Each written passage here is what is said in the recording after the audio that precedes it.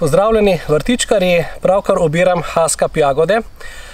Haskap jagode obiramo takrat, ko so plodovi povsem zreli. To pa ugotovimo najlažje tako, da se plodovi zlahka odtrgajo. Preprosto jih primemo in plod nam kar ostane v roki.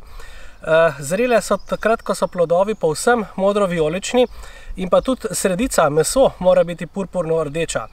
Haskap jagode poznamo ogromno sort in jih ločimo med ruske in pa kanadske sorte. Ruske zorijo pred kanadskimi in začetek zorenja se glede na vegetacijo začne lahko tudi že nekje v prvi polovici oziroma v drugi polovici maja, kakor je pač leto, odvisno kje se nahajamo. Haskap jagode v polni, bi rekel, rodnosti oberemo tudi nekje do 2 do 3 litre na grm. Tole vidimo mlajši nasad haskap jagod. Pri haskapu je pomembno tudi to, da jih obiramo postopoma.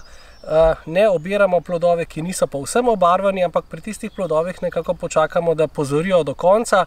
Če imamo težave s ptiči, kot so recimo kosi, zelo radi zobajo plodove, v tem primeru absolutno že pred zorenjem postavimo na nasad v vrsti mrežo proti ptičem, lahko je tudi kar tista proti toči, ki nam bo potem tekom poletja pomagala tudi pred seveda točo in pa pred, bi rekel, premočnim soncem, ker haskap jagoda namreč ne mara, bi rekel, vročih poletij, ima rada bolj, bi rekel, hladna poletja, tako da nam bo ta mreža tudi takrat pomagala, da bo tista druga vegetacija potekala nemoteno. V nasprotnem primeru bodo listi že v drugi polovici poletja lahko povsem ožgani. Haskap jagode seveda predlagam, da jih uživamo kar sproti, se pravi, uživamo sveže plodove. Višek lahko tudi uporabimo za sokove, lahko tudi za marmelade ali pa kakšne druge domače, recimo peciva so zelo dobra, nekatere sorte zelo dobro nadomeščajo celo naše gozdne borovnice, čeprav nimajo seveda nič skupnega. Včasih smo haskap jagodo napačno poimenovali sibirska borovnica, majska jagoda, pravilno je rečemo haskap ali pa modro kosteničevje. Haskap jagode so približno tam nekje, lahko bi rekli, sladko-kislega oziroma kislo-sladkega okusa. Novejše sorte, predvsem recimo kakšne ruske sorte, kot so leningrajski velikan, recimo Karina, ki jo pravkar obiram, imajo tudi celo nekoliko več sladkorja. Zelo dobra sorta je recimo Amfora, potem Vojtek, Bakčarski velikan. Te sorte imajo nekoliko več sladkorja.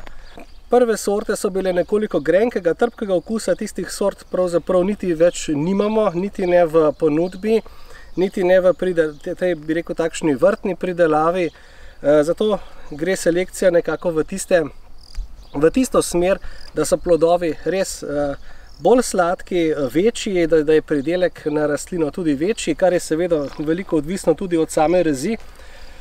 Tako da haskap jagodo, tako da novejše sorte haskap jagode se resnično, bi rekel, kot prvi plodovi v vrtu jih priporočam v vsak vrt. Lahko so posajene v obrobi vrta, kot recimo tako nizko grmičevje, ali pa če gojimo kot samostojno vrsto v sadnem vrtu.